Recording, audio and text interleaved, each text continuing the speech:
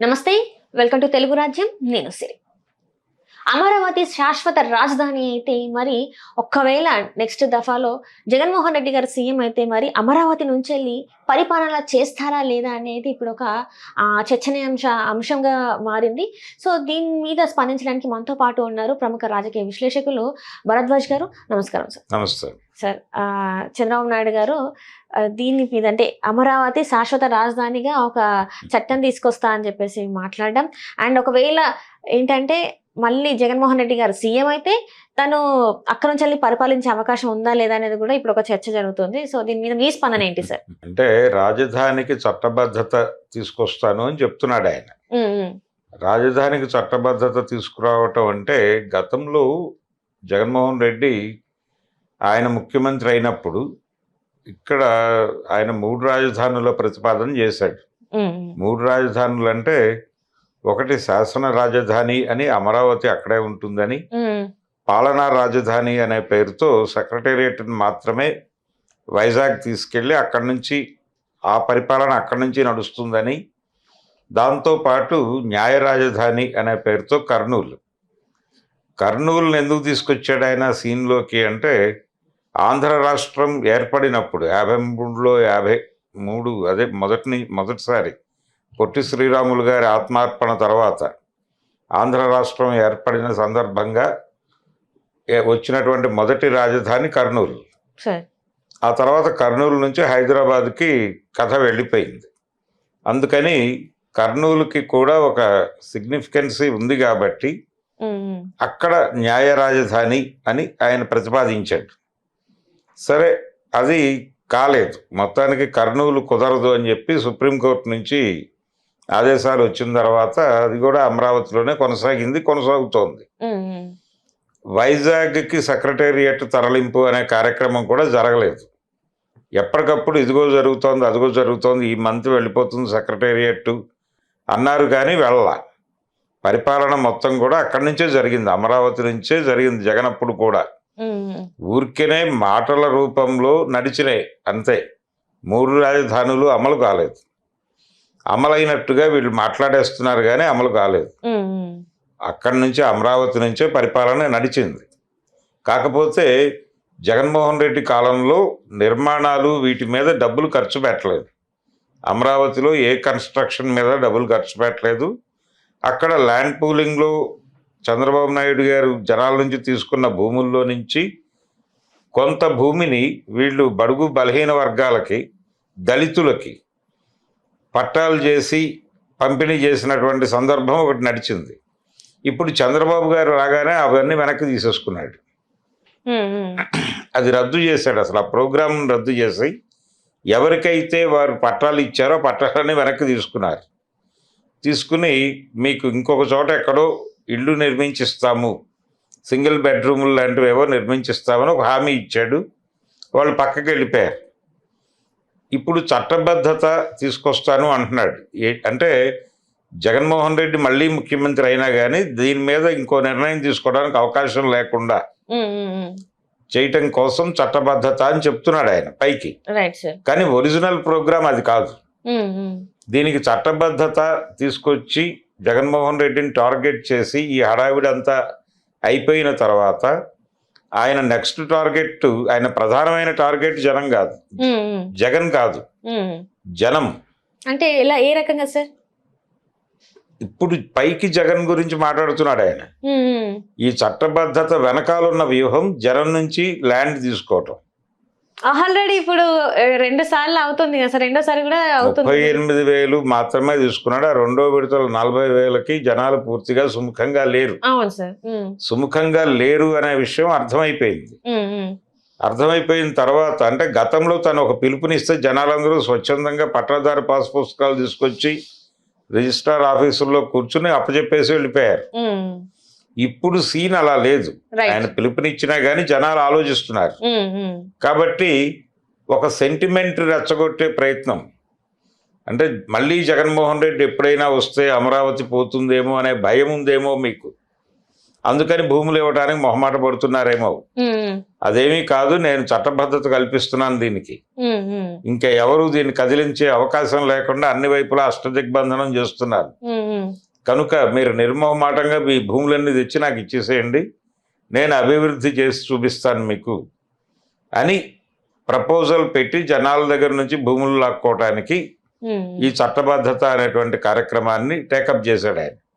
దాంతోపాటు రకరకాల ప్రకటనలు, రోజుకొక ప్రకటన ఇస్తున్నారు. అమరావతిని అంతర్జాతీయ క్రీడా రాజధానిగా కూడా మార్చేస్తామంటున్నాడు ఆయన, నారాయణ గారు. అవును సార్.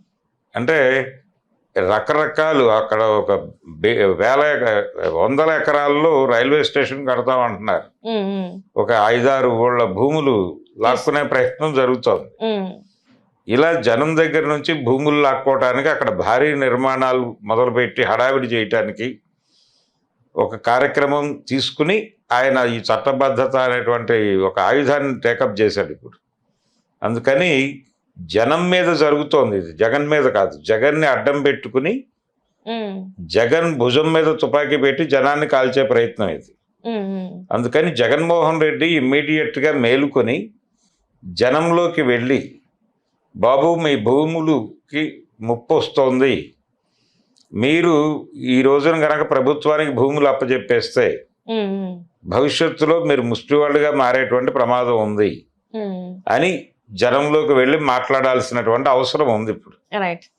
పైగా తన భుజం మీద నుంచి తుపాకీ పెట్టి వాళ్ళని టార్గెట్ చేస్తున్నాడు ఆయన. నేను చట్టబద్ధత కల్పిస్తాను, మీరు భూములు ఇచ్చేయండి, ఇదే గోల.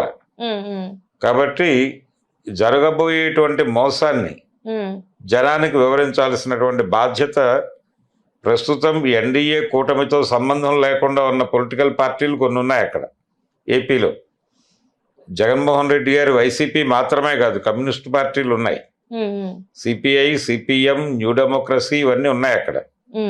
కాబట్టి వాళ్ళు పట్టించుకుని దీన్ని జనంలోకి తీసుకువెళ్ళి ఈ రెండో విడత భూముల, అంటే రెండో విడత ల్యాండ్ పూలింగ్ అనే పేరుతో ఈ 40,000 ఎకరాలకి ఆయన పెట్టిన టార్గెట్ ఇది మాత్రమే చాలదు, ఇంకొక 20,000 కావాల్సి వస్తుందని కూడా ఇంకో మాట చెప్పాడు ఆయన.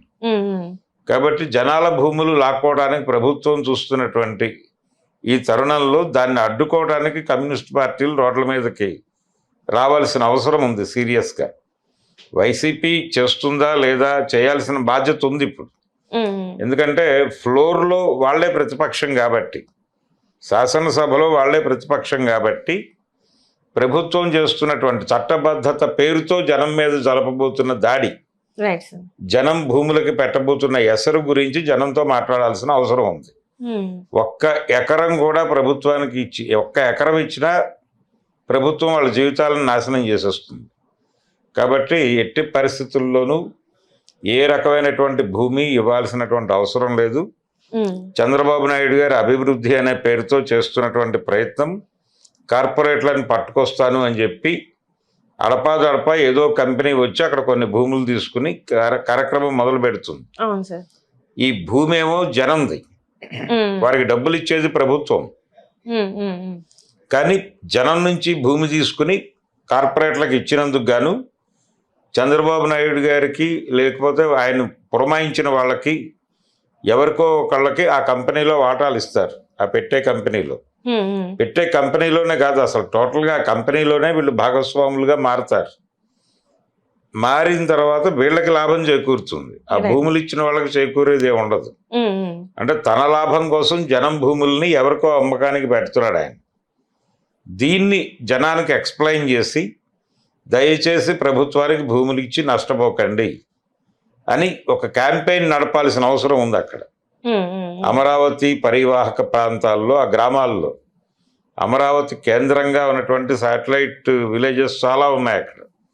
ఆ విలేజెస్ అన్నీ సఫర్ అవుతాయి ఇప్పుడు ఈయన రాజధాని నిర్మాణం సీరియస్గా చేపడితే. ఈ కరేడ్ ప్రాంత రైతులు ఆల్రెడీ ఇంతకుముందు వచ్చి రోడ్ల మీద కూర్చున్నారు. ఇప్పటికీ అమరావతి మోసాన్ని, ఇప్పటికీ అమరావతి పేరుతో చంద్రబాబు చేస్తున్నటువంటి మోసాన్ని మసిపూసి మారేడుకాయ చేసి, చంద్రబాబు నాయుడు ఒక అద్భుతం చేయబోతున్నాడు, ప్రజల జీవితాల్లో ఒక విప్లవం తీసుకురాబోతున్నాడు, ఈయన అమరావతి కట్టేస్తే అమరావతి ప్రాంత రైతుల కష్టాలన్నీ గట్టెక్కుతాయి, అమరావతి ప్రాంతంలో ఇంకా పేదవాడు అనేవాడు ఉండడు, ఇలాంటి ఒక నేరేటివ్ని కల్పించడానికి ఈ అమరావతి జేఏసీ నాయకులు విపరీతంగా ప్రయత్నం చేస్తున్నారు. వాళ్ళకి పదవులు కూడా ఇచ్చారు. ఈ సోషల్ అంటే దాని జేఏసీ నాయకుడిగా విపరీతమైనటువంటి ప్రాచుర్యాన్ని మీడియా ద్వారా పొందినటువంటి బాలకోటయ్య రైట్. బాలకోటయ్య గారికి పదవి ఇచ్చారు. సామాజిక సంక్షేమ చైర్మన్ లాంటి పదవి ఏదో ఇచ్చారు ఆయనకి. ఇచ్చారు. ఆయన చెలరేగిపోయి చంద్రబాబును మోస్తున్నాడు. ఆయన భజన కార్యక్రమం. ఆయన ఈ రకమైనటువంటి భజన కార్యక్రమాల్లోకి జనాలందరూ నిమగ్నం అయిపోతున్నారు. జనాలకి జరగబోయే నష్టం చెప్పట్లా వాళ్ళు. మీ జీవితాల్లో ఏదో జరగబోతోంది, ఒక అద్భుతం, అందుకనే దేవుడు చంద్రబాబు రూపంలో మీ దగ్గరికి వచ్చి భూములు అడుగుతున్నాడు కాబట్టి భూములు ఇచ్చేయండి అన్న పద్ధతిలో చెప్తున్నారు వీళ్ళు. ఇప్పుడు గనక భూములు ఇచ్చేస్తే జీవితాల్లో వీళ్ళు పొందేది ఏమి ఉండదు. ఆ భూమి ప్రభుత్వం తీసుకుంటుంది, వీళ్ళకి ఒక హామీ పత్రం రాసిస్తుంది, ఒక డెవలప్మెంట్ అగ్రిమెంట్. ఆ డెవలప్మెంట్ అగ్రిమెంట్ ప్రకారం ఒక 1200 గజాలు మాత్రమే, ఎకరాకి 1200 గజాలు స్థలం వస్తుంది వాళ్ళకి, అంతకుమించి ఏం రాదు. అంటే ఇక్కడ చూసుకున్నట్టయితే చాలా వరకు అక్కడ క్రైసిస్ అంటే ఫ్లడ్స్ ఏదైతే ఉందో అక్కడ ఎక్కువ వస్తూ ఉంటది కదా సార్. మనం చూసాం చంద్రబాబు నాయుడు గారు వచ్చినప్పటి నుంచి బుడమేరు కావచ్చు, ఇట్లాంటివన్నీ. బుడమేరు విజయవాడ గొడవ, బుడమేరు విజయవాడ గొడవ, కొంత ప్లేస్ మునిగిపోయింది, మునుగుతుంది అని చెప్పేసి. ఇది కృష్ణానది పక్కనే ఉన్నటువంటి ప్రాంతం, కృష్ణానదిని ఆనుకుని ఉన్నటువంటి ప్రాంతం. ఇక్కడ ఓవర్ఫ్లో అయితే అంటే కృష్ణానది విపరీతమైన వరద వస్తే తప్ప సాధ్యం కాదు ఈ యువతలకి రావటం. కాకపోతే లోతట్టు ప్రాంతం ఇది, అందుకని వర్షాలు విపరీతంగా వచ్చినప్పుడు మునగటం అనేది ఉంది ఆ ప్రాంతానికి. ఇప్పటికి మొన్న కూడా భారీ వర్షాల వల్ల మునిగిపోయాయి అని చెప్పేసి, నీళ్లు అన్ని తోడుతున్నారు అని చెప్పేసి వస్తాయి. అలాంటి ప్రాంతాన్ని మరి రాజధాని చేయడం అనేది ఇప్పటికి మీరు సమర్థిస్తారా సార్? మరి అంటే అక్కడ ఒకటి కృష్ణా పరివాహక ప్రాంతం కావడంతో అది మంచి వ్యవసాయ భూమి. ఆ వ్యవసాయ భూమి మొత్తాన్ని కాంక్రీట్ జంగిల్ గా మారుస్తున్నారు. అది తప్పు. అసలు అమరావతి అనేది అక్కడ కాయిన్ చేయటంలోనే ఒక ప్రాబ్లం ఉంది. అంటే నీటి వసతి ఉండాలి కదా రాజధానికి అని మాట్లాడాడు ఆయన. నిజానికి రాజధాని అనేది ప్రభుత్వం నిర్మించాల్సిన అవసరం లేదు. ప్రభుత్వ కార్యాలయాలు కదా మీకు కావాల్సింది. ఆ కార్యాలయాలు కట్టుకుంటే సరిపోతుంది. ఇంకంతకు మించి మీరేం రాజధాని నిర్మించక్కర్లేదు, కొత్తగా చేయాల్సిన అవసరం లేదు. ఇప్పుడు హైదరాబాద్ ని కట్టి రాజధాని చేయలే. 56లో ఆంధ్రప్రదేశ్ ఏర్పడినప్పుడు, 53లో ఆంధ్ర రాష్ట్రం ఏర్పడినప్పుడు కూడా కర్నూలులో ఏదో కట్టాలనుకోలేదు. గవర్నమెంట్ ఆఫీసులకి ఏం కావాలో అవి కాంప్లెక్స్లు కట్టుకుంటారు. ఒక సెక్రటేరియట్ కట్టుకుంటారు, ఒక శాసనసభ కట్టుకుంటారు, ఒక హైకోర్టు కట్టుకుంటారు, ఇంకేవో వివిధ విభాగాలకు సంబంధించి ఆ భవనాలు కట్టుకుంటే అయిపోతుంది. అక్కడికి వచ్చే జనాలకి ఆ పనుల కోసం వచ్చే వాళ్ళు అకామిడేట్ అవటానికి లాడ్జీలు ఇలాంటివన్నీ కూడా జనాలు కట్టుకుంటారు. కట్టుకుని అద్దెలకు ఇచ్చుకుంటారు. అంతే. వాళ్ళ ఒక అవకాశం ఉన్నప్పుడు దాన్ని అందిపుచ్చుకుని జనం ముందుకెళ్తారు. ఒక ఎకరం పొలం ఉంటే అక్కడ ఆ ఎకరం పొలంలో ఒక లాడ్జ్ కట్టుకుని అతనే డెవలప్ అవుతాడు, అతనే వ్యాపారం అయిపోతాడు, అతనే తన జీవితాన్ని అభివృద్ధి చేసుకుంటాడు. మీరెవరు చేయటానికి? మీకేం పని? వాళ్ళ జీవితాలను ఉద్ధరించే పని కాదు కదా మీరు చేసేది. కాబట్టి రాజధాని నిర్మాణం అనేది దిక్కుమాలిన మాట.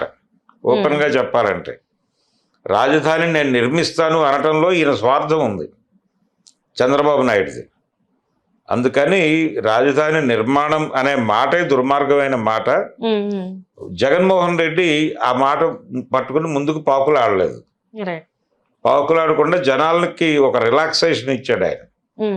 ఆ రిలాక్సేషన్ కాదు, జనాలకు ద్రోహం చేశాడని చెప్పి అమరావతి జేఏసీ లాంటి సంస్థలు పెట్టి నానాగోలా చేశారు. ఏదో జరిగిపోతుంది, ఇక్కడ కొంపలు మునిగిపోతున్నాయి, కనీసం తెలుగువారికి ఒక రాజధాని లేదా అన్న పద్ధతిలో వీళ్ళందరూ సెంటిమెంటల్గా జనాల్ని ఎమోషనలైజ్ చేయడానికి ప్రయత్నం చేశారు. కానీ అసలు క్లౌడ్ వచ్చేసిన తర్వాత రకరకాల అభిప్రాయాలు ఉన్నాయి. ఎవరింట్లో వాళ్ళు ఉండి పని చేసుకునే అవకాశం కూడా ఉంది ఇప్పుడు. కాబట్టి అనవసరమైనటువంటి నిర్మాణాలు, గంభీరమైనటువంటి వ్యవహారాలు, చంద్రబాబు నాయుడు చాలా డ్రామా నడుపుతున్నాడు అక్కడ. ఇది జనాలను ఇబ్బంది పెడుతుంది. జనాల చేతుల్లో ఉన్న భూమిని లాక్కోవడానికి పన్నుతున్న కుట్ర ఈ రాజధానికి చట్టబద్ధత కల్పిస్తాను అనేది. ఇది జగన్మోహన్ రెడ్డి మళ్ళీ ముఖ్యమంత్రి అయితే రాజధానికి గ్యారంటీ ఉండదు కాబట్టి, ఆయన మళ్ళీ మారుస్తాను అంటాడు కాబట్టి ఆ మాట అనకుండా చేయటానికి ఈ చట్టబద్ధత అని చెప్తున్నాడు, కానీ అది కాదు. Right sir. దీనికి చట్టబద్ధత కల్పించడం ద్వారా జనాల భూముల్ని టార్గెట్ చేస్తున్నాడు ఆయన. రైట్. జనాలు వాళ్ళ భూముల్ని కాపాడుకోవాలంటే చట్టబద్ధత వద్దు, పాడు వద్దు, నువ్వు అమరావతి కట్టనవద్దు, నువ్వు అమరావతి నిర్మాణం ఆపేసి నువ్వు సెక్రటేరియట్ పర్మనెంట్ బిల్డింగ్ అంటున్నావు, అది కట్టుకో. రైట్. శాసనసభ పర్మనెంట్ బిల్డింగ్ అంటున్నావు, అది కట్టుకో తొందరగా. హైకోర్టు పర్మనెంట్ బిల్డింగ్ అంటున్నావు, అది కట్టుకో.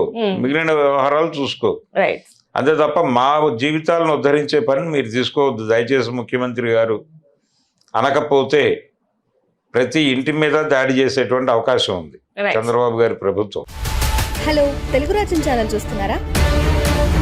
సామాజిక రాజకీయ జీవన చిత్రణే తెలుగు రాజ్యం. అతిశయోక్తులు అసత్యాలు ఉండవు. రాజకీయ కోణం కాదు, ప్రజా కోణమే కొలబద్ద. తెలుగు రాజ్యం వీక్షణ మీ ఉత్తమ అభిరుచికి నిదర్శనం.